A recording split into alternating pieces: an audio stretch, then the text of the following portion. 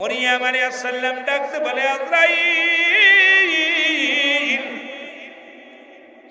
একটু সময় দাও, আমার কলিজার টুকরো সন্তান গেছে বাজারে, গেছে ফল আনার জন্য। এ মুসলমান গভীর মনোযোগ, শুই না লাও গো। হযরত মুসলমান ঈসা আলাইহিস সালামের মা মরিয়ম আলাইহিস সালাম, একদিন মরিয়ম আলাইহিস সালাম ডাকতে বলতেছেন ঈসা আলাইহিস সালামকে, বাবা ঈসা, আমার কিছু ফল খাইতে মন চায়। মায়ের হুকুম পালন করার জন্য ফল আনতে চলে গেলেন। এমন সময় আজরাইল আলাইহিস সালাম ঈসা নবীর মা মরিয়ম আলাইহিস সালামের সামনে হাজির হয়ে গেছে। জোরে বলো আল্লাহ। মরিয়ম আলাইহিস সালামকে সালাম দা, আসসালামু আলাইকুম মরিয়ম। মরিয়ম আলাইহিস সালাম বলে, আলাইকুম আসসালাম, তুমি কে? এ আজরাইল আলাইহিস সালাম বলে, মরিয়ম আমি আজরাইল, প্রত্যেকটা মানুষের ঈমানদারের রূহটা বাইর করার জন্য জমিনের মধ্যে আসি। আমি আপনার কাছে এসেছি, রব্বে কারীম আপনার হুকুম দিয়েছে আপনাকে নিয়ে যাওয়ার জন্য। আপনি প্রস্তুতি হন, এখনই আপনার রূহটা বাইর করব, এখনই আপনাকে জানটা বাইর করে নিয়ে হবে। মরিয়ম ডাকতে বলে, এ আজরাইল শোনো, আজরাইল রে, আমার কলিজার টুকরা শোন। কত মানুষ ঢাকা থেকে আসে বাড়ি এসে বাইক নিয়ে রাস্তায় নেমেছে, মরা লাশ হয়ে বাড়িতে ফিরেছে। এ আমার ভাইরা, আমার বন্ধুরা, আমার গতকালকে অনেক মানুষ, প্রায় 117 জন মানুষের মৃত্যু সংবাদ শুনলাম বাংলাদেশে সড়ক দুর্ঘটনায়। এইরকম প্রতিদিন সড়ক দুর্ঘটনায় হাজার হাজার যুবক, শত শত যুবক ঝরে যাচ্ছে রাস্তার মধ্যে। মুসলমান শোনো, যখন আসবে আমি তার নাই দুনিয়ার মধ্যে বাবা নাই, তার সঙ্গে কিছু কথা বলবো, পরামর্শ দিব, সান্ত্বনা দিব, একটু সুযোগ আমার দিয়ে দাও। আমি একটু আমার কলিজার টুকরা ঈসা আলাইহিস সালামের সঙ্গে কথা বলতে চাই। আজরাইল বলে, মারিয়াম রে, না, সম্ভব নয়, এখনই আপনাকে যেতে হবে। তুমি কি ভয় পাও? আমি ভয় পাই না, আমি মালাকুল মউত, আপনাকে সময় দিতে পারবো না, এখনই চলে যেতে হবে। অনেক করুণায় বিনয় করলেন। আজরাইল কয়, সম্ভব, আপনাকে আমি সময় দিতে পারবো না। মরিয়ম আলাইহিস সালামের রূহ বাইর হয়ে গেল। এ ভাইরা আমার, আজরাইল আলাইহিস সালাম নিয়ে গেলেন, রূহ বাইর করে নিয়ে গেলেন।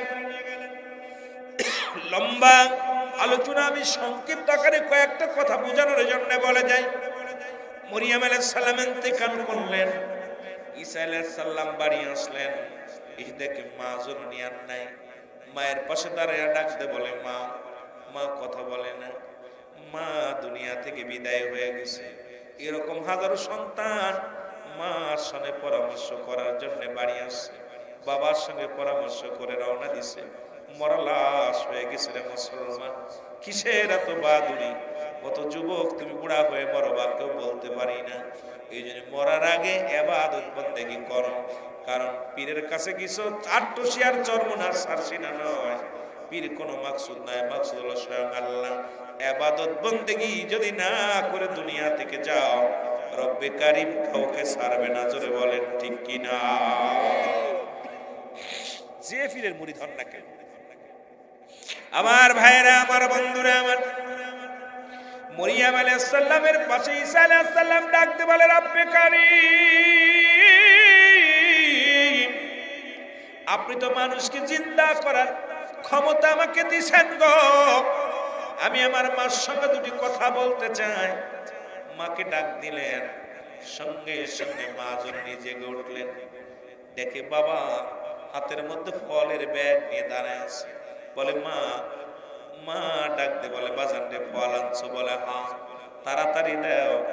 ঈসা আলাইহিস সালাম বলে, মা গো, আর দুনিয়ার ফল তোমার নসিবে নাই, কারণ তুমি বিদায় হয়ে গেছো, তোমার জন্য জান্নাতি ফল অপেক্ষা করে। মা গো, এটা দুনিয়ার ফল, আর তুমি খাইতে পারবা না। বলে, বাবা রে, কি বলো? বলে, হ্যাঁ মা।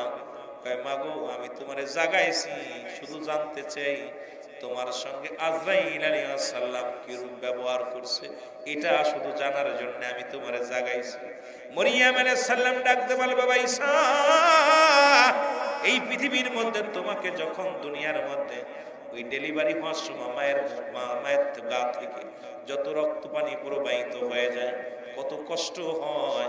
বলে বাবারে তুমি দুনিয়ার মধ্যে আসার সময় যত কষ্ট না হয়েছে তার চাইতে দ্বিগুণ কত কষ্ট যে আমার মৃত্যু যন্ত্রণা হয়েছে, আমি তোমাকে বলে বোঝাইতে পারবো না। মৃত্যু যন্ত্রণা এত কঠিন, ইমানদারের মৃত্যু। অথচ ইমানদারের মৃত্যুটা হবে আটা গুলায় খামির বানায়, এর ভিতর যদি একটা চুল পড়ে, এই চুলটা টান দিয়ে বাহির করলে যেমনি অনায়াসে বাহির হয়ে যায়, ঠিক ইমানদারের মৃত্যুটা ঠিক সেই রকম হবে। সেই মৃত্যুগুলো এত কষ্ট, তাহলে কঠিন মৃত্যুটা কেমন? আমার আল্লাহ বলে ডাকতে বলে হযরত জিবরিল তাড়াতাড়ি যাও, আমার ঈসা নবীর জানে আসো তার মাল লগে কি ব্যবহার হয়েছে। জিবরিল আমিন আগমন করলেন, সালাম দা, আসসালামু আলাইকুম। ওয়ালাইকুম আসসালাম। ডাকতে বলে আজরাইল তুমি আসছো? বলে জি আমি আসছি। আগে বলো আমার মার সঙ্গে মার রূহটা তুমি কেমনে বাইর করেছো? বলো হুজুর আপনি জানেন তো আমি আজরাইল এত বড় দানব, জমিনের মধ্যে থাকে আমার পা, আসমানে থাকে মাথা। এই সারা পৃথিবীর পানি যদি আমার মাথায় ঢেলে দেওয়া হয়, এক ফোঁটা পানি জমিনের মধ্যে পড়বে না। আমি এত বড় দানব। জোরে বলো আল্লাহু আকবার। এ ভাই, আজরাইল এত ছোট যে সারা পৃথিবীর পানি যদি তার মাথায় ঢেলে দেওয়া হয়, একটু পানি করে জমিনের মধ্যে পড়বে না। অথচ আজরাইল বলতেছে আমি এত বড় দানব। তুমি কি জানো? আমার ভাইরা, আমার বন্ধুরা, আমার ঈসা নবী ডাকতে বলে আজরাইল আগে বলো গো আমার মার রূহটা তুমি কেমনে বাইর করলা? ডাকতে বলো হুজুর আপনার মায়ের রূহটা মায়ের বুকে দুধ খাইতে খাইতে সন্তান যেমনি ঘুমায় আছে, ঠিক এই রূপ আপনার মায়ের রূহটা বাইর করেছে। ডাকতে বলে ঈসা নবীর মা মরিয়ম আলাইহিস সালাম চিৎকার দিয়ে বলে ঈসা রে, এই মৃত্যু যদি এত কঠিন হয় রে বাবা ঈসা, আমার মৃত্যুটা এত কঠিন হয়েছে আমি মনে করেছিলাম আমি জীবিত মানুষ, আমার গায়ের চামড়াটা যেন টান দেখে ছিঁড়ে নিছে, ছিঁড়ে নিয়ে লবণ আর মরিচ লাগাই দিলে যতটুকু যন্ত্রণা হয় তার চাইতে অধিক পরিমাণ যন্ত্রণা আমি অনুভব করেছি বাবা, এখনো গার যন্ত্রণা যাই নাই। এ আমার ভাইরা, আমার বন্ধুরা, আমার এত সহজ মৃত্যু যদি এত কঠিন হয়, কত মানুষের জানাজা পড়াইলা, কত মানুষের দাফন দিলা গো, কত মানুষের কাফন পড়াইলা। মৃত্যুর সময় চোখ দুটি বড় বড় হয়ে যায়, মৃত্যুর সময় জিহ্বাটা বাইর হয়ে যায়, মৃত্যুর সময় পায়খানা প্রস্রাব করে দেয়। তাদের মৃত্যুটা কত কঠিন হয়। আল্লাহ, ও আমার আল্লাহ, এক নাম্বার বিপদ আমাদের তুমি মৃত্যুটা সহজ করে দিও। জোরে জোরে বলুন আমিন। একটু মহব্বতের সঙ্গে দুরূদ শরীফ পড়ুন আল্লাহুম্মা।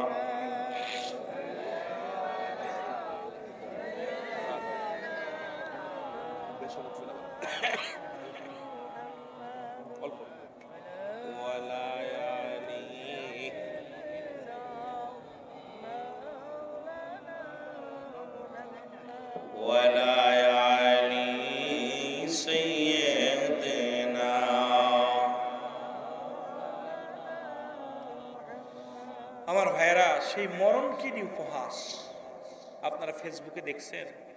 সেই মরণ নিয়েও মানুষ এখন তামাশা ভিডিও বানায় ছাড়তেছে। আরে যদি জানে ভয় থাকতো।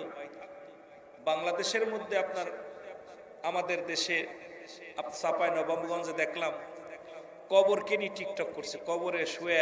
আর ভারতের মধ্যে দেখলাম, আবার চাঁপাই নবাবগঞ্জে দেখলাম যে ভারতের মধ্যে দেখলাম কয়েক যুবক মিলা কবর খুঁড়ছে, কবরে কেমন আযাব হয় দেখার জন্য। কথা বুঝেন? আল্লাহ পাক তাদের দেখতে যে আর ফিরে আসতে পারে না, সব পাগল হয়ে গেছে। দুনিয়ার মধ্যে জীবিত আছে, পাগল হয়ে গেছে। চাঁপাই নবাবগঞ্জে একই অবস্থা, কবরের ভিতর ক্যামেরা ট্যামেরা ফিট করে যে কবরে ফেরেশতায়া সওয়াল করবো কেমনে কি করবো এগুলো দেখার জন্য। মরা মানুষের কেন মানুষ যে এত নিষ্ঠুর হয়ে গেছে, মরা মানুষের দাদার ইন্তেকালের পরে দাদার দাড়ি দইরা সেলফি তুলে ছেড়ে দিচ্ছে। আহা, কোথায় আছেন? কোন জগতের মধ্যে আছেন যে মরণের ভয়ে সাহাবা ইকরাম কেঁদেছেন, কবরের ভয়ে সাহাবা যারা জান্নাতি সার্টিফিকেট পেয়েছে তারাও কবরের টেনশনে ছিল। দেখেন না 10 জন সাহাবী আপনার তারা দুনিয়ার মধ্যে রাসূলুল্লাহ জান্নাতের সার্টিফিকেট দিয়েছে, তারাও পরেশানিত ছিল যে আল্লাহ আমার কবরে যদি ধরে ফেলে, মাটি যদি ধরে ফেলে, এই ভয়ে তাদের ভিতরে অন্তর কাঁপছে। আর আমরা এত অন্যায় করতেছি কিন্তু আমাদের ভিতরে কেন ভয় নাই? আমি আশ্চর্য হয়ে যাচ্ছি কেন যেন আমাদের ভিতরটা নোংরামিতে। যদি এখানে গাজী কালুর গান হতো মানুষ ধরতো না, কিন্তু জান্নাতের বাগান এত বুঝাইবেন শয়তান আপনাকে বসতে দিবেন। কারণ এই বাগানে আসলেই আপনি যেখানে বাড়ি থেকে রওনা দিচ্ছেন সগীরা গুনাহ মাফ, এখানে বসে খাস তওবা করে আল্লাহর কাছে কানবেন, আল্লাহ কবিরা গুনাহ মাফ করে দিবেন। এই সুযোগ শয়তান আপনাকে দেবে না, কারণ আপনি এদিকে রওনা দিলেই গুনাহ মাফ। শয়তান কখনো চাবে না যে এই একটা মাস আমার খুব কষ্ট হয়েছে। শয়তান কয় একটা মাস আমার খুব কষ্ট দিছস, তোদের ভালো মতো ধরতে পারিনি, এই যে আমি সারা পাইছি এখন আর এই সুযোগ আমি তোদের দিব না। এই জন্য অনুরোধ করবো বাবা, গুনাহ মাফের 1 নাম্বার বিপদ মরণ। তাহলে মরণের 2 নাম্বারে বিপদ হলো মানুষের খবর, ঠিক কিনা? 2 নাম্বার বিপদ হলো খবর। যেখানে কোনো বন্ধু নেই, যেখানে কোনো বান্ধব নাই, যেখানে কোনো দরদি নাই, কেউ নাই, আপনার আমার বাড়ির 3.5 হাত পাশে 2 হাত 10 হাত তফাৎ 3.5 হাতে একটা গর্ত বানাইয়া রেখে দিছে, চির বিদায় করে দিছে। কি হয় কবরে কেউ বলতে পারি না। তবে কবরে আযাব হয়। যদি বুঝতে না চান, যদি আপনারা বুঝতে চান, তাহলে আমি আপনাদেরকে বুঝায় দিয়ে যাব, শুনে নেন। যাদের আব্বা মা মারা গেছে বাড়ি যাবেন, সকালবেলা একটা গরু বানবেন মা বাবার কবরের পাশে, বেঁধে সুন্দর খাবার দিবেন, খাবার দিয়ে একটু আড়ালে দাঁড়ায় থাকবেন, দেখবেন গরুটা রশি ছেঁড়াছিঁড়ি করছে, গরুটা খাবে আর চোখ দিয়া পানি দর দর করে ছেড়ে দিবে, সরু টালুমালু তাকাবে। কবরের আযাব একমাত্র মানুষ এবং দানব বুঝতে পারে না, কবরে আযাব সব প্রাণী বুঝতে পারে। এই জন্য আপনি যদি প্রমাণ করতে চান, সকালবেলা মা বাবার কবরের পাশে একটা গরু বা ছাগল বানবেন, বেঁধে একটু আড়ালে দাঁড়ায় থাকবেন, নিজেই বুঝতে পারবেন আপনার আব্বা মার কবরে আযাব হচ্ছে। জোরে বলো আল্লাহু আকবার। একমাত্র মানুষ এবং দানব এই 2টা জাতিরে বুঝতে দেয় না কবরে আযাব। সব প্রাণী বুঝতে পারে, এই 2টা প্রাণীকে বুঝতে দেয়নি, যারা হাটপেল করে মারা যেত। কবরে আযাব, কবরের চিৎকার, কবরের গর্জন, কবরের আওয়াজ যদি মানুষ, দুনিয়ার জীবিত মানুষগুলো শুনতো, এই মানুষগুলো হাটপেল করে মারা যেত। আমার ভাইয়েরা, আমার বন্ধুরা, আমার যেটা বলতেছিলাম, এই 2টার সময় জাকাতের নামাজের কথা বলছে, সুন্দর একটা কথা বলছে। আমার বাবারা আমার, শুধু তাই নয়, মানুষের মৃত্যু হয় 2টা টাইমে। কবরের ভিতরে আলোচনার ভিতরে রেখে গেলাম, মনে রাখবেন 2টা টাইমে মরণ হয়। একটা হলো রাত, একটা হলো দিন। দিন শুরু করে সাল্লাহ নামাজ দিয়া, রাতও শুরু করে সাল্লাহ নামাজ দিয়া।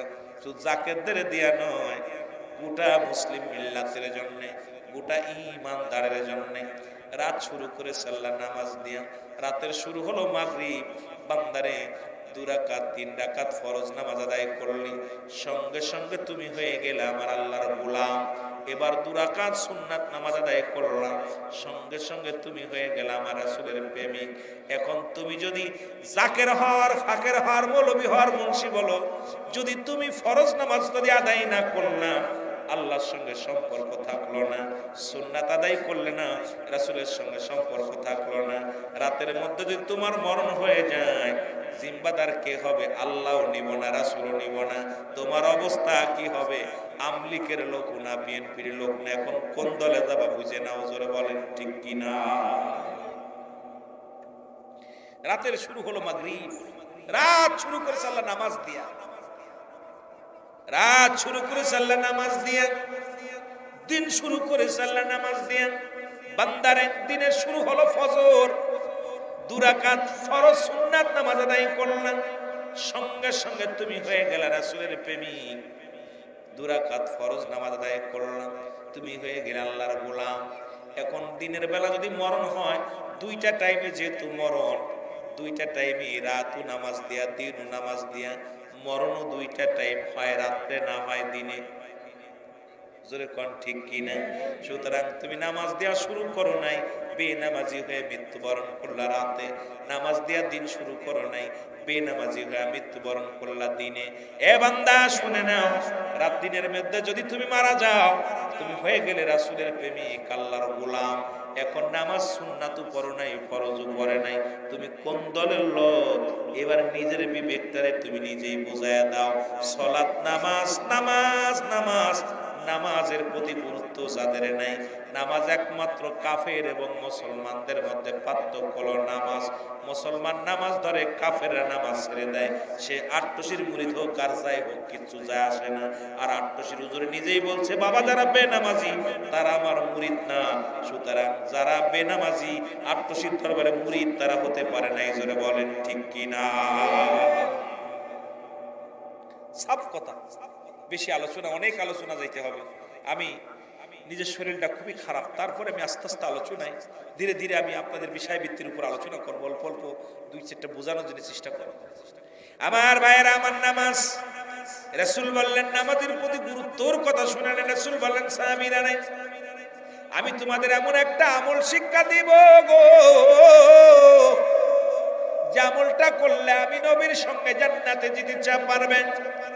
আমি আপনাদেরকে জানতে চাই, রাসূলুল্লাহর সঙ্গে কে কে জান্নাতে যাবেন? হাত তোলেন। নবীর সঙ্গে জান্নাতে যেতে চান? হাত জোরে তোলেন না। এ মিয়া, ওটা কি নবীর সাথে যাবেন? আপনি কোন দলের লোক? কি আপনি নবীর সাথে যাবেন না কার সাথে যাবেন? যাইতেন না? রাসূল লাগতো না? ঘুমাচ্ছে? ভয় নাই, রান্না হয়ে গেছে, আমিও বেশি কোনো সময় দিব না। যেটা বলতেছিলাম, রাসূলুল্লাহর সঙ্গে জান্নাতে যেতে চান না? জোরে বলেন, চান না?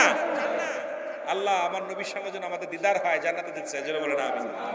রাসূলুল্লাহ বলেন, যে ব্যক্তি 5 ওয়াক্ত নামাজ, নবীর কথা আমার কথা না, 5 ওয়াক্ত সালাত জামাত এবং একাকার বা যে ফেলি হোক না কোনো, সময় মতো ওক্তীয় মতো নামাজ যে ব্যক্তি আদায় করবে, আমি নবী ওয়াদা করলাম আমি তার হাত ধরে জান্নাতে নিব। জোরে বলেন সুবহানাল্লাহ। এখন যদি জাকেররা নামাজ না পড়ে, রাসূলুল্লাহর সঙ্গে কি জান্নাতে যেতে পারবে? না। কথা বলেন, কথা বুঝেন না?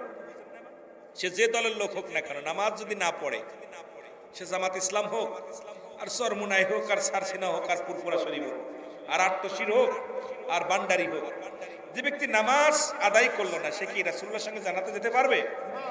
কথা কয় না কেন? আপনারা বোঝেন? অবাধ্যতা। নবীজি বললেন, যে ব্যক্তি নামাজ, 5 ওয়াক্ত নামাজ সালাত সময় মতো ওক্ত মতো আদায় করতে পারবে, আমি নবী তার হাত ধরে জান্নাতে নিব। এই ওয়াজ রাসূলুল্লাহ ইশার সালাত আদায় করে সাহাবীদের ভিতরে বললেন। ইশার সালাত আদায় করে রাসূলুল্লাহ সাহাবীদেরকে সামনে নিয়ে ঘোষণা দিয়ে দিলেন। আর রাসূলুল্লাহর একজন সাহাবী, সবচাইতে গরীব সাহাবী, নাম হলো আব্দুল্লাহ আনসারী। নাম কি? নাম কি? আব্দুল্লাহ আনসারী নামে একজন গরীব সাহাবী, সবচেয়ে গরীব, মায়ের হাটের সবচেয়ে গরীব সে ব্যক্তি। আপনাদের মায়ের হাটে আছে না দরিদ্র মানুষ? আছে না? ভ্যান চালায়, রিক্সা চালায়, আজানের সময় হলে আজান দিলেই নামাজ দাঁড়ায় যায়। আবার অনেক টাকাওয়ালা বাড়িওয়ালা মোটরসাইকেল চালায়, নামাজ দাঁড়াও যায় না। কথা কন না কেন? আব্দুল্লাহ আনসারী বাড়ি গেলেন, বিবি ডাক দে বলে, স্বামীরে আপনার এত দেরি হলো কেন আজকে নামাজ আদায় করে আসতে? স্বামীরে জিগে বিবি, আর আমাদের বউরা জিগে কোনে গেছিলাম, হ্যাঁ জারি দিবে না আগে। আর আব্দুল্লাহ আনসারী বিবি ডাক, স্বামী আপনি কোথায় ছিলেন? আর রাসূলুল্লাহর পিছে নামাজ আদায় করে এত সময় লাগলো কেন? আব্দুল্লাহ আনসারী বলতেছে, স্বামী বিবি রে, আমার রাসূল আজকে একটা ওয়াজ করছে, এই ওয়াজটা শুনে আসতে সময় লাগছে, ওয়াজটা আমি বাড়ি আনছি। সুবহানাল্লাহ বলেন না? আপনারা কি ওয়াজ বাড়ি নেবেন? না থুয়ে যাবেন? আমি কিন্তু অনেক ওয়াজ করে ফেলছি আজকে, গুরুত্বপূর্ণ কয়েকটা কথা বলছি, কাদের দোয়া কবুল হবে, কাদের দোয়া কবুল হবে না, কারা জাহান্নামে যাবে, কাদের কয়েকটা কথা কিন্তু আমি গুরুত্ব ওয়াজ আজকের, কিন্তু মূল পয়েন্টটা আমি 2-4টা আমলের কথা যেটা বলছি তা আমাদের শিখতে ফিরতে হবে। এত ওয়াজ করা লাগবে না, অল্প আমল, বেশি আমল করার দরকার নেই। যাই না শুই না, ইমান ঠিক রাখিয়া হালাল খায় অল্প আমল করবো। সুবহানাল্লাহ বলেন। আমার ভাইরা, আমার বন্ধুরা, আমার আব্দুল্লাহ আনসারী বিবি ডাকতে বলে, স্বামী আপনি এত সময় গেল কারণ কি? বলে, বিবি রে, রাসূলুল্লাহ আজকে একটা ওয়াজ করছে, এই ওয়াজটা শুনে আসতে একটু সময় লাগছে, দেরি হয়ে গেছে। বলে, স্বামী রে কি ওয়াজ করছে নবীজি বলেন? বলে, সেই ওয়াজটা হলো রাসূলুল্লাহ বলছেন, যদি কোনো ব্যক্তি 5 ওয়াক্ত সালাত সময় মতো আদায় করতে পারে, রাসূলুল্লাহ তার হাত ধরে জান্নাতে নিয়ে যাবে। জোরে বলেন সুবহানাল্লাহ। বিবি বলে, স্বামী আপনার কাছে টাকা পয়সা ধন সম্পদ কিচ্ছু চাই না, আমাদের বউগুলো তো ওরে বাবারে বাবা, আপনার আমার বিবিগুলো এত লুবি, মেয়েদের ভিতরে 3টা গুণ বেশি দিছে আল্লাহ, তাদের ভিতরে লোভ, লালসা, একটা হলো লোভ, আর একটা ত্যাগ, আর একটা মায়া। এই 3টা জিনিস বেশি মেয়েদের ভিতরে লোভ বেশি, লোভটা কাজ করে বেশি, একটা ত্যাগ করতে পারে, কঠোর। দেখেন বাবা মা মানুষ করছে অনেক দিন ধরে, আপনি 10 মাস 10 দিন আপনি আপনার বিবি গর্বে রাখছে, আপনি খাওয়ায় পরে মানুষ করলেন, 18-17 বছর করলেন, মানুষ করলেন, স্বামীর হাত ধরলে আরো বাপ মাসে না। আর লাভ ম্যারেজ করে তাহলে তো আর আপনার কথা মুখে আনবে না, কথা কথা। ও কোর্টে দাঁড়ায় কয় ও আমার আব্বা না, ও কে জন্ম দিছে ধরে। অনেক মেয়ে আছে না কোর্টে দাঁড়ায় বাপের অস্বীকার করে, কথা কয় না কেন? আছে না, কোর্টে মামলা দিছে বাবা, কোর্টের দাঁড়ায় কয় আমার বয়স কত, বাবাই কইছে মেয়ের বয়স 17 বছর 18 বছর হয়নি, আমার আব্বা জানে না, উনি মিথ্যে কথা বলছে, আমার বয়স 18 হয়ে গেছে, পার হয়ে গেছে। 2 নাম্বার, উনি আমার বাবা না, অস্বীকার করলেন। কারণ মেয়েরা এত ত্যাগ স্বীকার করতে পারে, তারা এত কঠোর।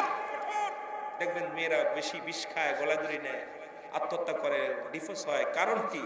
ওরা বেশি কঠোর, ওরা যখন রাগ হয়ে যায় চেক দিতে পারে না, ওরা কন্ট্রোল করতে পারে না। এই জন্য দেখবেন যে মেয়ের রাগ বেশি, তারা ওই স্বামীর সংসার করতে পারে না, সারাসারি হয়ে যায়, আত্মহত্যা করে, অনেক কাজ মানে ত্যাগ। আর একটা হলো মায়া, অল্পতেই একটু মায়ার কথা বললে শুনতে পারি এসে, আপনি একবার জায়গায় 2বার একটা মেয়ের লাভ ম্যারেজ করবেন, মানে একটু অফার দিবেন, প্রেমের অফার, কথার কথা, রাগ করেন না। যুবক বাইরে আছে না, প্রথম দিন করলে তোর জুতাতে ফিটা বানে, দ্বিতীয় দিন কয় ছেলেটা তো কিছু বলে নাই, ভালোবাসতে চাইছে, দোষ কি?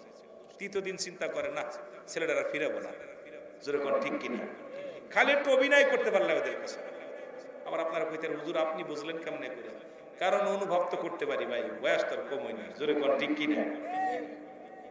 ওরা যেমনি মায়াবী, একজনের কান্না দেখলে চোখে পানি আসে। আপনি দেখবেন আপনার চোখে, আপনি কানতে একজনের কান্না দেখে ওরাও পাগল হয়ে গেছে।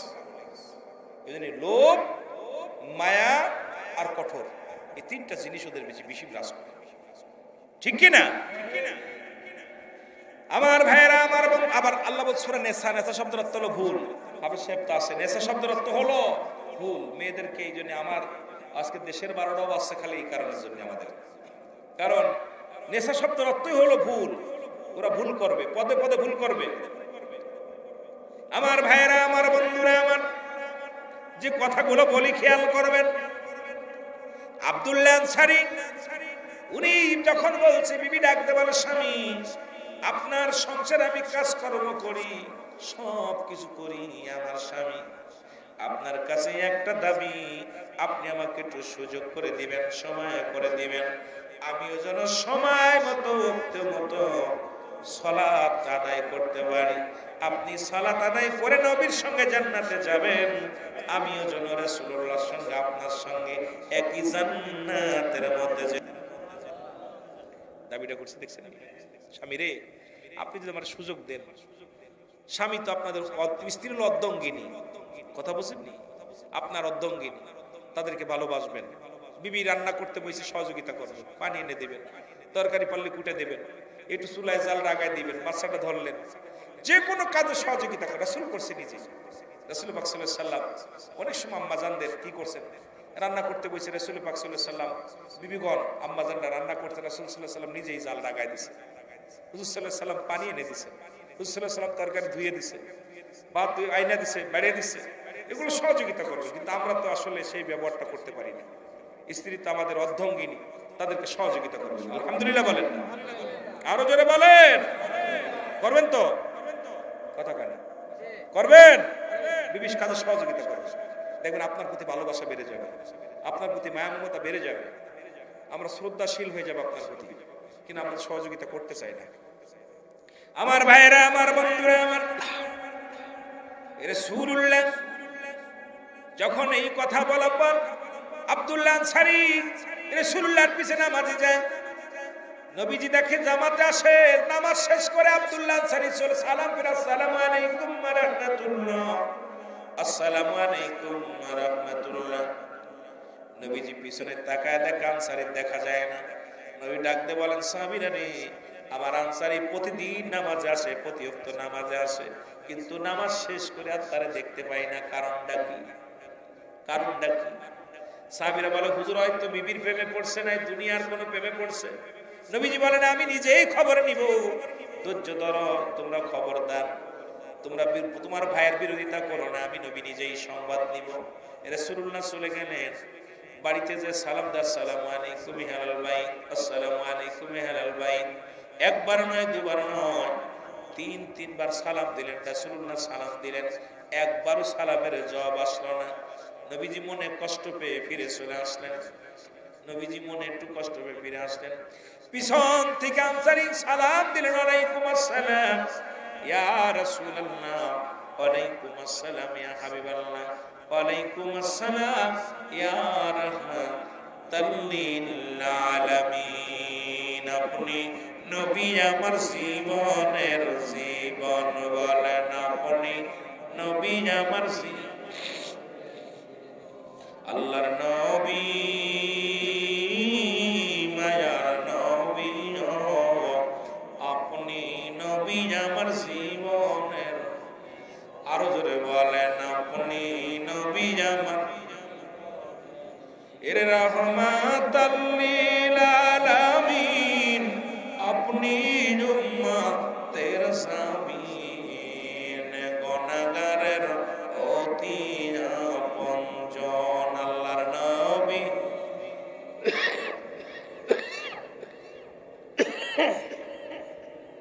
আপনি নবী আমার জীবনের জীবন, বলেন আপনি।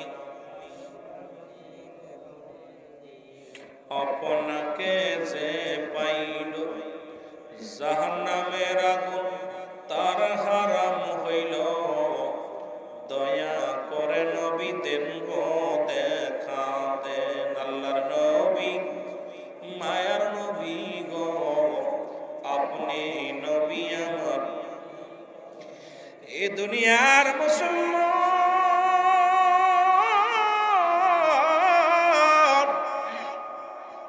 আল্লাহর নবী ডাকতে বলে, আনসারী,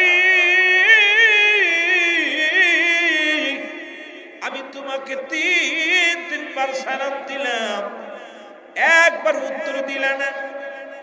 বলি, ইয়া রাসূলুল্লাহ, ইয়া হাবিবাল্লাহ, নবী গো, যখন আপনি আমাকে সালাম দিয়েছিলেন আমি আপনার উত্তর দিতে পারি নাই, কারণ তখন আমি নবী গো কি অবস্থায় ছিলাম, কেন উত্তর দিই নাই, এই জবাবটা আমি দিতে পারবো না। নবী গো, দয়া করে বেয়াদবি মাফ করবেন। যদি আপনি আমার বাড়িতে যাইতেন, এর জবাব আমি দিতে পারতাম। জোরে বলেন সুবহানাল্লাহ। রাসূল কেমনি বলেন, বাইনা উত্তম ব্যবহার, উত্তম আখলাক, উত্তম চরিত্র। আমি আপনি কলি কথা, একটু আগে গেলাম, আওয়াজ দিবি নাই তোর বাড়ি, কইতাম না কথা। তিনবার গেলাম, সালাম দিলাম, তোর কথা হলো না, এখন কেন যাব? নবীজি বললেন, আনসারী চল। সুবহানাল্লাহ বলেন। আহা, কেমন গুণের গুণান্বিত নবীজি ছিলেন। রাসূলুল্লাহ উম্মতের জন্য কি দিক নির্দেশনা ছিল। আমার নবীজি বলেন, চলো যাই। রাসূলুল্লাহ চলে গেলেন, আনসারীর বাড়িতে চলে গেলেন। এবার নবীজি যা পর আনসারী দরজা খুলে দিলেন। খোলা পর দেখলেন ভিতরে বিশাল একটা গর্ত খোঁড়া। নবীজি বলেন, আনসারী রে, তোমার গড়ের মধ্যে এত বড় গর্ত খোঁড়া কেন? বলে, ইয়া রাসূলুল্লাহ, ইয়া হাবিবাল্লাহ, নবী গো, আপনি যখন আমারে সালাম দিয়েছিলেন আমি গর্তের মধ্যে উলঙ্গ অবস্থায় বসেছিলাম, এই কারণে আমি আপনার সালামের জবাব দিতে পারি না। রাসূলুল্লাহ বলেন, কি বলতে চাও? বলে, ইয়া রাসূলুল্লাহ, ইয়া হাবিবাল্লাহ, আপনি সেদিন ওয়াজ করেছিলেন যে ব্যক্তি 5 ওয়াক্ত সালাত, 5 ওয়াক্ত নামাজ জামাতের সঙ্গে সময় মতো আদায় করতে পারবেন, আমি নবী তার হাত ধরে জান্নাতে নিয়ে যাব। এই ওয়াজটা আমি বাড়ি এসে আমার বিবিরে শোনাই। আমার বিবি আমার কাছে দাবি করছে, আমার স্বামী আপনার কাছে দামি কাপড় চাই না, আপনার কাছে ভালো খাবার চাই না, আপনার কাছে কোনো কিছু চাই না, একটা মাত্র দাবি আপনি আমাকে একটু সুযোগ করে দিবেন, আমিও যেন 5 ওয়াক্ত নামাজ সময় মতো আদায় করতে পারি। জোরে বলেন মারহাবা। কেমন বিবি আর কেমন স্বামী। আমার নবী বলেন, আনসারী রে কি বলতে চাও বলো। বলি, ইয়া রাসূলুল্লাহ, ইয়া হাবিবাল্লাহ, আমি এমন গরিব মানুষ, আমাদের এক টুকরা কাপড় মাত্র, যখন আজান হয়ে যায়, মসজিদ আজান হয়ে যায়, ইয়া রাসূলুল্লাহ, ইয়া হাবিবাল্লাহ, আমার বিবি উলঙ্গ অবস্থায় বসে থাকে এই গর্তের মধ্যে, আপনার পিছে সালাত আদায় করতে যায়, জামাতে নামাজ আদায় করতে যায়। এ যুবক, একটু দিলের কান্না লাগা শোন রে, এই যে রমজান মাস চলে গেল, জামাতে তো যাই নাই, নামাজও ঠিক মতো পড়ি নাই, নবীর সাহাবীরা এক কাপড়ে জামাত ছাড়ে নাই, নামাজটা আদায় করে, ইয়া রাসূলুল্লাহ, ইয়া হাবিবাল্লাহ, যখন আজান পড়ে যায় মসজিদের মধ্যে, আমি দৌড়ায় আসলে যাই, কাপড়টা পরে ওযু করে আপনার পিছে নামাজ আদায় করি, ইয়া রাসূলুল্লাহ, ইয়া হাবিবাল্লাহ, সালাত আদায় করে বাড়ি চলে আসি দৌড় দিয়া, এসে গর্তের মধ্যে ঢুকে যায়, আমি কাপড়টা খুলে আবার আমার বিবির হাতে দিই, আমার বিবি কাপড়টা পরে নামাজ দাঁড়াইছিল। ইয়া রাসূলুল্লাহ, ইয়া হাবিবাল্লাহ, আপনি যখন আমারে সালাম দিয়েছিলেন, তখন আমি উলঙ্গ অবস্থায় গর্তের মধ্যে বসেছিলাম, আমার বিবি কাপড় পরিধান করে নামাজ দাঁড়াইছিল, এই কারণে আমি আপনার সালামের জবাব দিতে পারি নাই। ইয়া রাসূলুল্লাহ, আমার বেয়াদবি মাফ করবেন। আমার নবীর চোখের পানিগুলো ছেড়ে দেবার আনসারী রে,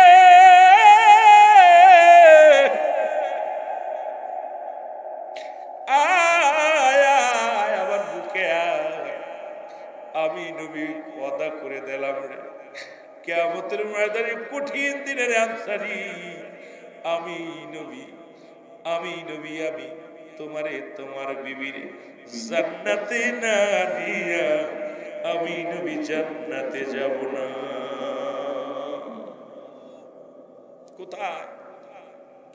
এখন যদি বলে, এ বেতাগির মানুষ, মায়ের হাটের মানুষেরা, এমন কোন গরিব আছেন যার এক টুকরা কাপড় আছে? প্রত্যেকের যে সবচেয়ে গরিব, যে যাকাত ফিতরার টাকা খায়, তারও কিন্তু 2-4টা টুকরা কাপড় আছে। ঈদের বাজারে যে ফকির, তারও 2-4টা কাপড় আছে। এরপরও যদি নামাজে না যায়, সে সর্বনার মুরিদ হোক, আটকশির মুরিদ হোক, জামাত ইসলামের আমির হোক, তাবলীগ হোক, এটা রব্বে কারিম দেখবে না, রব্বে কারিম দেখবে আপনার আমল নামা। সুতরাং আমি আপনাদের কি অনুরোধ করব, যারা নামাজ আদায় করেন না, কোনো দরবারে যাওয়ার দরকার নাই, কারণ যার সঙ্গে নামাজের সম্পর্ক নাই, তার সঙ্গে কোনো ইসলামের কোনো সম্পর্ক তার সাথে নাই, সুতরাং তার সঙ্গে আমাদেরও কোনো সম্পর্ক নাই। একমাত্র মুসলমান এবং কাফেরদের মধ্যে পার্থক্য হলো নামাজ। আপনি কাফেরদের অন্তর্ভুক্ত হয়ে গেছেন, আপনার ইচ্ছা মতো আপনি করেন। সারা পৃথিবীর মানুষ যদি নামাজ না আদায় করে, আল্লাহর কিছু যায় আসে না। আপনি যদি সারা পৃথিবীর মধ্যে আপনি যদি আল্লাহকে না ডাকেন, আল্লাহর কিছু যায় আসে না। আপনার নিজের বিপদ নিজে ডেকে নিতেছেন, এর জন্য আপনি কাউকে দায়ী করতে পারবেন না। জোরে বলেন ঠিক কিনা? নামাজ প্রতিটা সাবাল্লিকার উপরে নামাজ ফরজ। আপনি নামাজ বাদ দিয়া কোন অমুক পীরের দরবারে, অমুক পীর, এই মিয়া কিসের পীর? আপনার পীর কি গাঁজা খায়? আপনার পীর কি মদ খায়? পীরের খাসলাতে খাসলা ধরতে হবে। যখন আপনি নামাজ না পড়েন, মানুষ আপনার পীরকেও গালি দেয়, কারণ পীরের খাসলাতে খাসলা ধরতে হবে। তা আপনি যখন নামাজ পড়বেন না, চিন্তা করবেন না ওদের পীর মনে নামাজ পড়েন। এই জন্য আপনাকে আমল, আজকে আমলে উলিয়া, আমলে দেউলিয়া। আমার বড় কষ্ট হয়, নামাজ, সেই নামাজের সাথে সম্পর্ক। আর তো হুজুর এইরকম তাগিদ দিছে, বাবা যারা বেনামাজি তারা আমার মুরিদ না। এর সেইটা তাগিদ আর পৃথিবীতে কোনো পিসের দিতে পারে। তারপরে নামাজ পড়েন। যদি ভালো না লাগে আপনি পিকনিক করেন, দরকার নাই। আপনাদের বরগুনা মানুষ পিকনিক আসে, ওই কৃষি কুয়াকাটা না, পিকনিক করতে আসে না? আপনারা এরকম করতে আসবেন। আর তো শিখেছেন পিকনিক করতে, সরমনা গেছেন পিকনিক করতে, নামাজ পড়েন না। তাবলিগে গেছেন পিকনিক করতে, 7 দিনের চিল্লা দিচ্ছেন, 40 দিনের চিল্লা, বাড়ি আয়া সব ভুলে গেছেন। দরকার নাই। এই জন্য আমি অনুরোধ করবো, যে যারা আমার মৌলার সাথে যাদের সম্পর্ক নাই, আমার মৌলার সাথে যাদের সম্পর্ক নেই, তাদের সাথে আপনাদের সম্পর্ক থাকা উচিত না। জোরে বলেন ঠিক কিনা? কথা বোঝেন? এই জন্য আমি আপনাদেরকে অনুরোধ করবো, নামাজ কোনো পীরের না, নামাজ কোনো মৌলবীর না, নামাজ কোনো আলেমের না। নামাজ সাহাবীরা কেমন নামাজ আদায় করতে শুনে নেন, মুসলমান শুনে নেন। আর রাসূল নামাজের জন্য, জামাতের জন্য কত গুরুত্ব দিছে গো। রাসূলুল্লাহ শেষ জীবনে মৃত্যুর আগ মুহূর্তে, ইন্তেকালের আগে রাসূলুল্লাহ মাজান আয়েশা সিদ্দিকাকে বললেন, আয়েশা রে, আমি বড় অসুস্থ, আমি বড় পেরেশানিত হয়ে গেলাম, নামাজের জন্য কত কষ্ট করলাম, এই নামাজের জন্য আমি নবী কত মার খাইলাম। রাসূলুল্লাহ নামাজের জন্য, রাসূল যখন নামাজের মধ্যে দাঁড়াইতেন, আপনারা শুনলে কষ্ট পাবেন, ইহুদি কাফের বেঈমানেরা উটের নাড়ি বুড়ি গুলো রাসূল, পচা উটের নাড়ি বুড়ি পর্যন্ত রাসূলুল্লাহর উটের পরে রাখত, যাতে উঁচু হয়ে তার রুকু থেকে সিজদায় না দ্বারা রুকু না দিতে পারে, সিজদায় না যেতে পারে। কত কষ্ট রাসূলুল্লাহকে দিয়েছে এই নামাজের জন্য। রাসূল মুসলমান দুনিয়ার মধ্যে যত মেহনত করেছে, এত মেহনত কোন নবী করেন নাই। আপনার আমার নবী যদি নামাজের জন্য এত মেহনত করতে পারে, আপনি কেন পারবেন না? রাসূলুল্লাহ বলেন, আয়েশা রে, নামাজ যখন সময় হয়ে যাবে, আসরের নামাজ বা জোহরের নামাজ, এই নামাজের ইমামতি আমি দেখতে চাই, যদি আমি ইন্তেকালের আগে দেখতে পারতাম আমার উম্মতিরা জামাতের সঙ্গে সালাত আদায় করে। জোরে বলেন মারহাবা।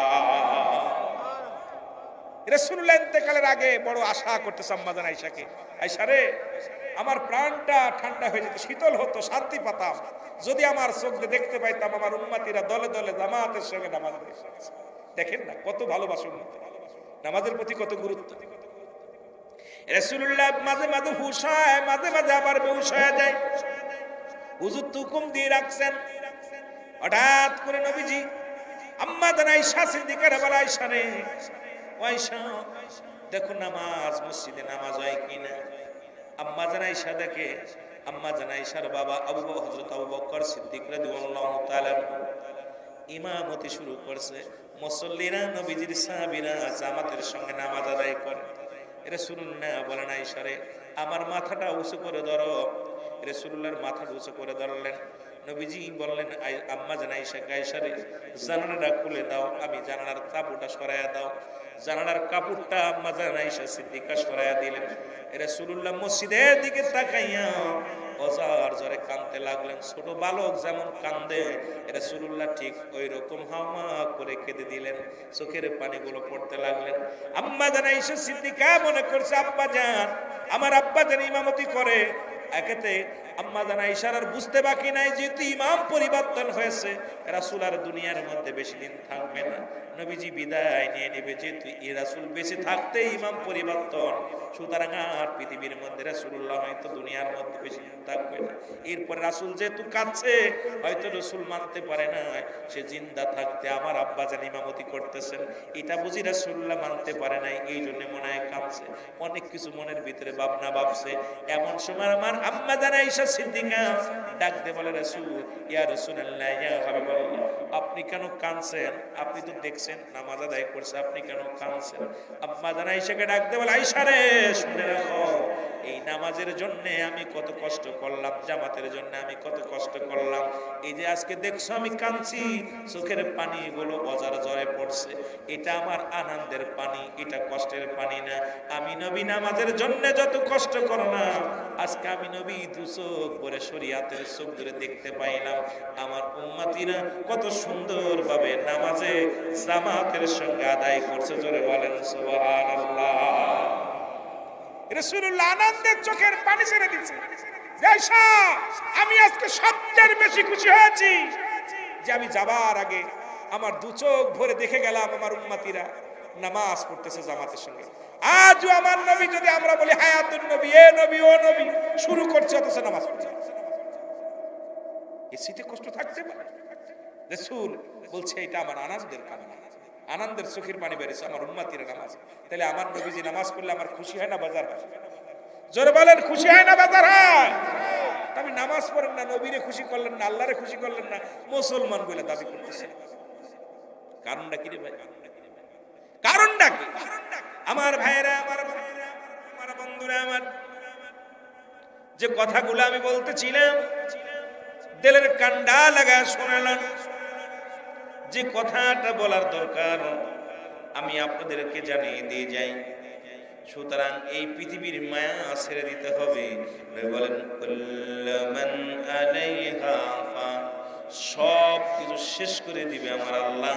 এই জমিনের বড় বড় বিল্ডিং গুলো দেখেন মুসলমান, এই জমিনের ভিতরে যা কিছু আছে সব কিছু চূর্ণ বিচ্ছিন্ন করে দিবে আমার আল্লাহ। কি করে দিবে? কথা কথা রাখবে না।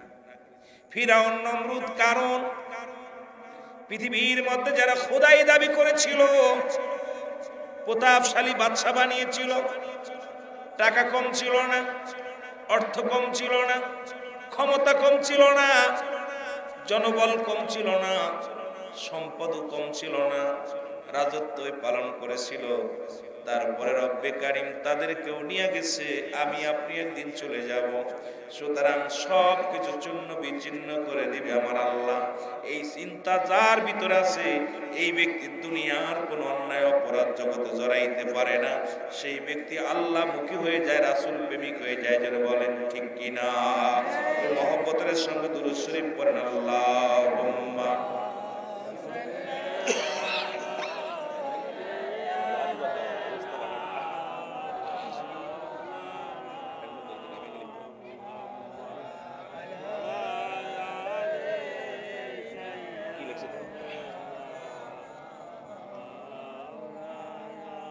আমার ভাইরা, আমার বন্ধুরা, আমার গভীর মনোযোগ যে কথা বলতেছিলাম, ফিরাউন অর্থ বলে কম ছিল না, অর্থ পৃথিবীর খলিফা তারে বানায়া দিয়েছিল আল্লাহ। চারজন প্রতাপশালী বাদশা, তাদের মধ্যে উনিও একজন ছিল। অল পৃথিবীর মধ্যে চারজন প্রতাপশালী বাদশা, তার মধ্যে একজনের নাম ফিরাউন, যিনি নমরুদ। নমরুদ বলা হয় মুসলমান শোনো। আর একজন ছিল বুকতানসর। আর এক মুসলমানদের মধ্যে দুজন, একজনের নাম হলো বাদশাহ জুলকারনাইন, আর একজনের নাম হলো মুসলমান শোনা নাম। এই পৃথিবীর মধ্যে সুলাইমান, বাদশাহ সুলাইমান কাল্লা, এই মুসলমানদের মধ্যে দুজন আর কাফেরদের মধ্যে দুজন। আল্লাহ এত বড় বাদশা বানায় দিয়েছিল, তাদেরকেও দুনিয়া থেকে শেষ করে দিয়েছে। সুতরাং পৃথিবীটা থাকার জায়গা না, এই পৃথিবীটা আমাদের জন্য ক্ষণস্থায়ী নয়। এই মুসলমান স্থায়ী না, এটা ক্ষণস্থায়ী। সুতরাং চিরদিন থাকবো না, যে কোনো মুহূর্তে আপনার আমার ডাক এসে যেতে পারে, চলে যেতে পারে। জোরে বলেন ঠিক কিনা? এখন বর্তমান আমরা বিদ্যা অর্জন করি, 3 শ্রেণী আলেম জাহান্নামে যাবে। ভালো করে শুনবেন, আমি আলোচনা শুরু করিনি, আস্তে আস্তে কথাগুলো বলি। 3 শ্রেণী আলেম কখনো জান্নাতে যাবে না। আলেমদের কথা বললাম, তারপর আপনাদের কথা বলি। তার ভিতরে 1 নম্বর হলো পৃথিবীর মধ্যে ইলম অর্জন করেছে, পৃথিবীর মধ্যে ইলম অর্জন করেছে, পৃথিবীর মধ্যে অন্যকে পরাজয় করার জন্য তার চেষ্টায় থাকবে কারে ধরা যাবে। পৃথিবীর সবচেয়ে বড় আলেম হব আমি, আমার নাম যশকতি সব ছাড়িয়ে যাবে। অন্যকে পরাজয়ের জন্য যে ইলম অর্জন করেছে, যিনি অন্যকে সবসময়ের জন্য নিজে জয়লাভ করার জন্য যিনি ইলম অর্জন করেছে, এই আলেমগুলো কোশ্চিন কালো জান্নাতের মধ্যে যাবে না। নাম্বার 2, যে আলেম দুনিয়া কামানোর জন্য, দুনিয়ায় ধন সম্পদ কামানোর জন্য যিনি দুনিয়ায় ইলম অর্জন করেছে, এই আলেমও জান্নাতে যাবে না। 3 নাম্বার আলেম যিনি দুনিয়ার মধ্যে, যিনি মুসলমান নাম যশ খ্যাতি অর্জন করার জন্য, বড় আলেম সাজার জন্য ইলম অর্জন করেছে, এরাও জাহান্নামে যাবে। জোরে জোরে চিল্লায় বলা যাবে না আল্লাহু আকবার। 3 শ্রেণী আলেম জাহান্নামে। তা আমাদের দেশে এখন আলেম যা আমরা ইলম অর্জন করতেছি, কারটা ভুল এটার বিধি বিশ্বাস করা আমলের জন্য নয়, খালি কারে ঘায়েল করা যায়। আয়া মাহফিল, তো মাহফিলের ময়দান নাই। মাহফিলের ময়দান হচ্ছে এখন গিবাতের ময়দান, রাজনৈতিক বক্তৃতার মতো ময়দানে আইসা এর বিরুদ্ধে কথা, ওর বিরুদ্ধে কথা, আলোচনার ময়দান। আগে মানুষ আলোচনা আসলে বেনামাজি নামাজি হতো, মা বাবার খেদমত যারা করতো না তারা করতো, হারামখোর হালালখোর হয়ে যেত, মানুষের ভিতরে পরিবর্তন হতো, বেপর্দা মানুষগুলো পর্দায় আসতো। এখন ওয়াজ ময়দান হয়েছে, ওয়াজের ময়দান হচ্ছে বিনোদন। ওয়াজের ময়দান আর নাই মুসলমান, শুনে নাও। আর যে কথাগুলো এখনো আমি আলোচনা আগেই বলছি, শুরু করি নাই, কয়েকটা কথা বলি। আর এই মাহে রমজান মাস চলে গেল, 3 শ্রেণী মানুষ এই মাহে রমজান মাস, আমার আল্লাহ রাসূল বলেছেন 3 শ্রেণীর মানুষ তারা ধ্বংস হয়ে যাবে। তাদের মধ্যে তার বিপদগামী এদের মতো কপাল পোড়া মানুষ আর নাই। নাম্বার ওয়ান, পিতামাতা বেঁচে থাকতে যিনি পিতামাতার কাছ থেকে মুসলমান গুনাহ ঝরায় নিতে পারলো না, ভুল করেছেন মাফসে নিতে পারলো না, এর মতো কপাল পোড়া দুনিয়ার মধ্যে আর কেউ নাই। নাম্বার টু হলো মুসলমান, শুনে নেন, মায়ের রমজান মাস পায়া যে ব্যক্তি রোজা রাখলো না, এর পবিত্রতা রক্ষা করলো না, সিগারেট বিড়ি টানলো আর গ্যাসের কথা দোহাই দিয়ে সারা রাত সারা দিন ভরে একই রকম অবস্থায় চললো, এরাও যেন ধ্বংস হয়ে যায়। রাসূল বললেন আমিন। নাম্বার থ্রি হলো মুসলমান, রাসূল বললেন যে ব্যক্তি রাসূলের নাম শুনলেন, শোনা পর যে ব্যক্তি দুনিয়ার মধ্যে মুসলমান শুনে না, যে ব্যক্তি রাসূলের নাম শোনা পর রাসূলের উপরে দুরূদ পড়ে নাই, সেই ব্যক্তি ধ্বংস হয়ে যাবে। রাসূল বলছেন আমিন। সুতরাং এই তিন শ্রেণী মানুষ বড় বিপদগামী, জোরে বলেন ঠিক কিনা। আবার তিন শ্রেণী মানুষের দোয়া কবুল হবে না,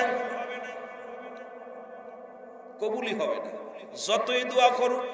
সারাদিন ভরে দোয়া করছে, রব্বানা জালামনা আনফুসানা ওয়া ইল্লাম তাগফির লানা ওয়া তারহামনা লানাকুনান্না মিনাল খাসিরিন। আদম আলাইহিস সালাম যে দোয়া করেছিল, এই দোয়া সারাদিন ভরে করতেছে। আবার হাত উঠায় বলে রব্বির হামহুমা কামা রব্বায়ানি সগীরা।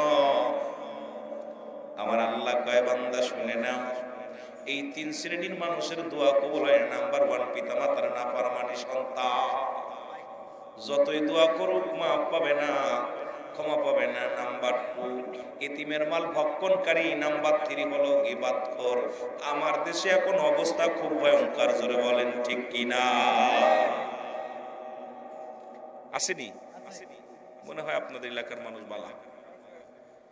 পিতামাতার নাফরমানি সন্তান, হজ জাকাত কুরবানি সব বরবাদ। নাম্বার টু, এতিমের মাল ভক্ষণকারী, এতিমকে যারা ঠগায়, এই মানুষগুলো যত বড় নামাজ রোজা হজ জাকাত যা করুক না কেন সব বরবাদ হয়ে যাবে। নাম্বার থ্রি, বিনা আবার হক আপনার গীবাত করাও জায়েজ আছে। সেটা হলো যিনি বাদশা, আপনার জালিম বাদশার বিরুদ্ধে, তার সরাসরি যদি তার বিরুদ্ধে বলি আমার গর্দান চলে যাবে। অনেক জায়গা খেয়াত আছে, স্থান আছে। এই জন্য আমি আপনাদের অনুরোধ করব, আমার ভাইয়েরা, যে জীবন 40 বছর 50 বছরের হায়াতের জিন্দেগি আমরা বাঁচবো কয়দিন, সীমিত কদিন বাঁচবো, কিন্তু এই দিনগুলো আস্তে আস্তে হেলায় হেলায় কাটাচ্ছে। আমার ভাইয়েরা, আমার বন্ধুরা, আমার এই জন্য আমি আপনাদেরকে বলি, এই মাসের মধ্যে 6টি রোজা আছে, সেই রোজাগুলো অবশ্যই আপনি পালন করবেন। এই মাস এক মাস ভরে যে রোজাগুলো আপনি রাখবেন, ফজিলাতপূর্ণ কাজগুলো করবেন। রমজান মাসে যেরকম আমল করেছেন, এই মাসটাও আমলের মধ্যে কাটায় দিবেন। কারণ রমজান মাস শুধু আমাদের জন্য এসেছিল মাগফিরাতের মাস, নাজাতের মাস, মুক্তির মাস।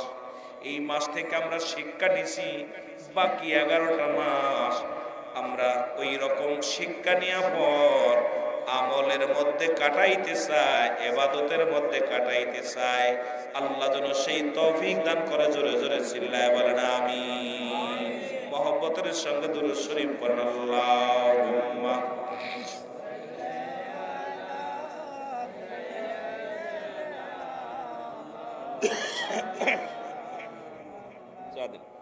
ওয়ালা আলি সাইয়্যিদিনা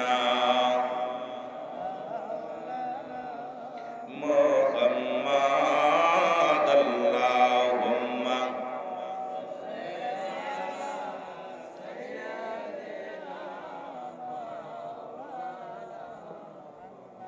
ওয়ালা আলি সাইয়্যিদিনা। আমার মরণেরা কদিন আছে বাকি,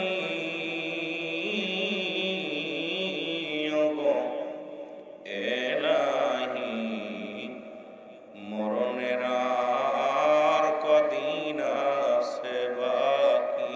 যারা বলেন মরণেরা কদিন আছে বাকি,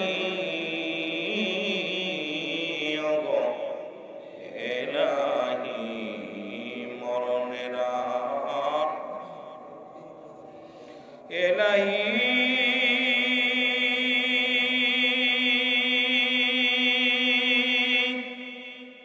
রূপ জৈবনার অর্থ দিয়া পাঠাইলে দুনিয়া, রূপ জৈবনার অর্থ দিয়া পাঠাইলে দুনিয়া, মানুষ হইয়া করলাম আমি কি, আমি মানুষ হইয়া করলাম আমি কি, এলাহি মরণের আর কদিন আছে বাকি, বলেন মরণের আর কদিন আছে বাকি, এলাহি মরণ, এলাহি লম্বা হায়াত দান করিয়া এভাবেতে দিলা পাঠায়া, ইলাহি লম্বা হায়াত দান করিয়া এ জগতে পাঠাইলা, তবুও করলাম না বন্দেগি, আমি তবুও করিলাম না বন্দেগি, এলাহি মরণের আর কদিন আছে বাকি, বলেন মরণের আর কদিন আছে বাকি, এলাহি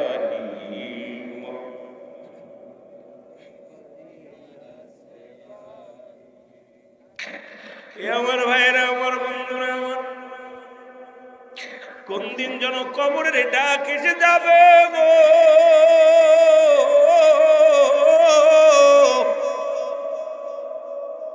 এ জীবন জীবন নয়, এমন একটা জীবন আসবে যে দেশে গেলে মানুষের বিচার হয়, যে দেশে গেলে মানুষের হিসাব হয়, যে দেশে গেলে মানুষ আর কোনোদিন ফিরে আসে। মানুষের তিনটা বিপদ, নাম্বার 1 হলো মানুষের মরণ, নাম্বার 2 হলো কবর, নাম্বার 3 হলো কিয়ামতের ময়দান। তিনটা বিপদ প্রতিটা মানুষের। 1 নাম্বার বিপদ হলো মানুষের মরণ, 2 নাম্বার বিপদ হলো কবর, 3 নাম্বার বিপদ হলো কিয়ামতের ময়দান। এ দুনিয়ার মুসলমান,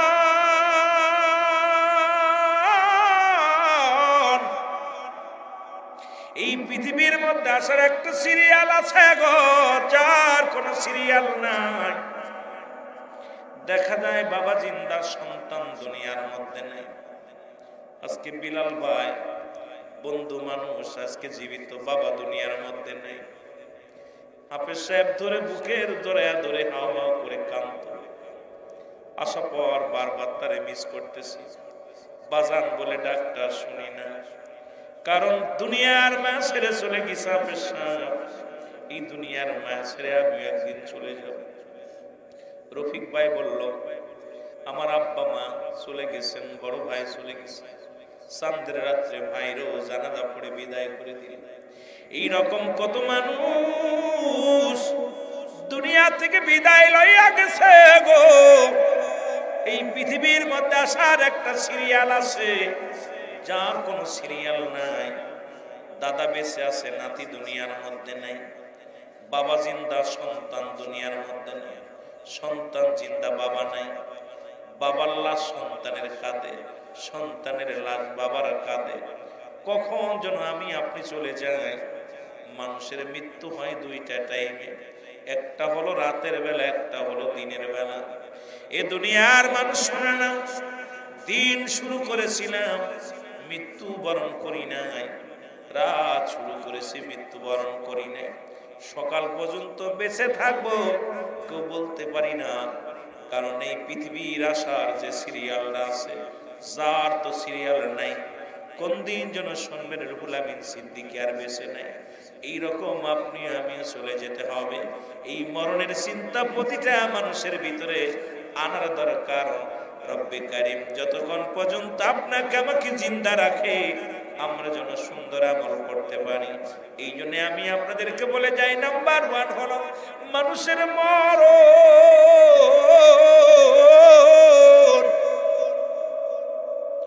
আল্লামা মুফতি আমজাদ আলী সাহেব একটা কিতাবে লিখলেন, কিতাবের নাম বাহারুস শরিয়াত।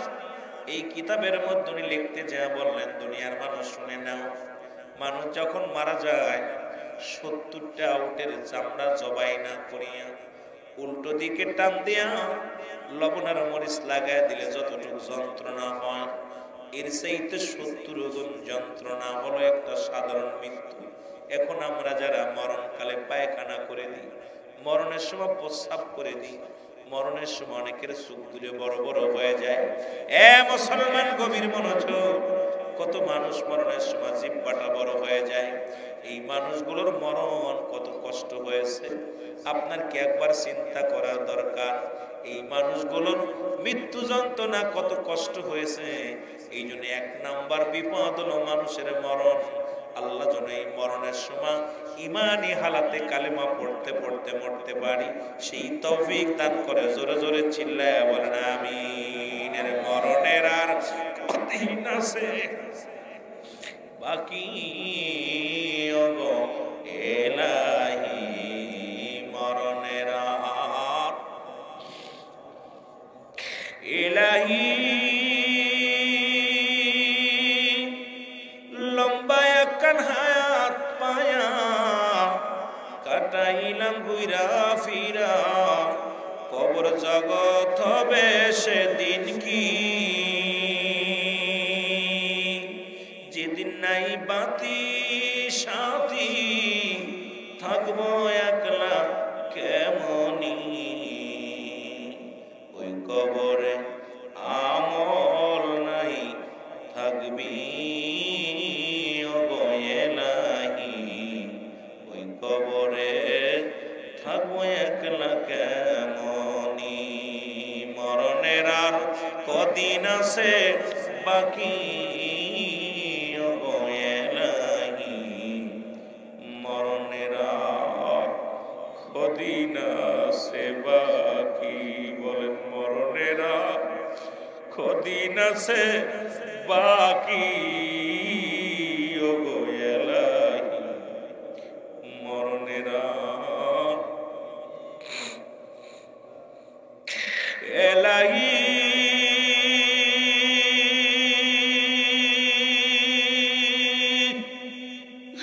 সুন্দর একটা জীবন দিলা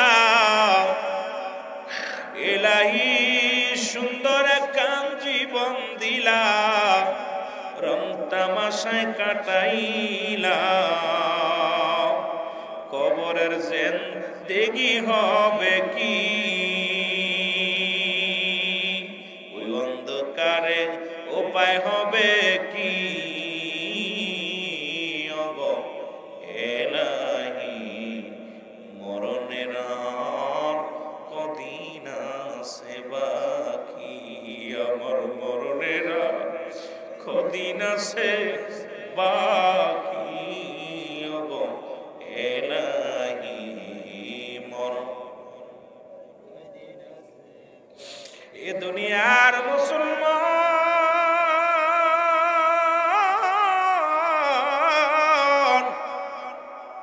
যে কথা বলতেছিলাম, 1 নাম্বার বিপদ হলো মানুষের মরণ।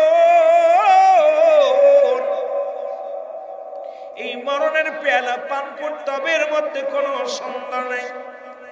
যে রোগের কোনো ওষুধ নাই, যে রোগের কোনো ডাক্তার নাই, যে মুসলমান পৃথিবীর মধ্যে আগমন করেছি বিদায় হতে হবে, এর মধ্যে কোনো সন্দেহ নাই। এই জন্য মুসলমান আপনাকে আমাকে সদা সর্বদাই ভাবতে হবে, এই দুনিয়া ছেড়ে চলে যেতে হবে। দাদা গেছে, বাবা গেছে, কেউ ফিরে আসে নাই, আমিও যাব। ওইটা আমার কখন যেন ডাক এসে যায়, কখন যেন চিরবিদায় হয়ে আমি আপনি চিরবিদায় হয়ে অন্ধকার জগতে চলে যায়। রব্বে কারীম আমাদেরকে দুনিয়ার জিন্দেগিতে মাফ করে দিও গো আল্লাহ। আর এই মরণের কথা বলতে যায় একটা কথা আমার বারবার মনে পড়ে যায়।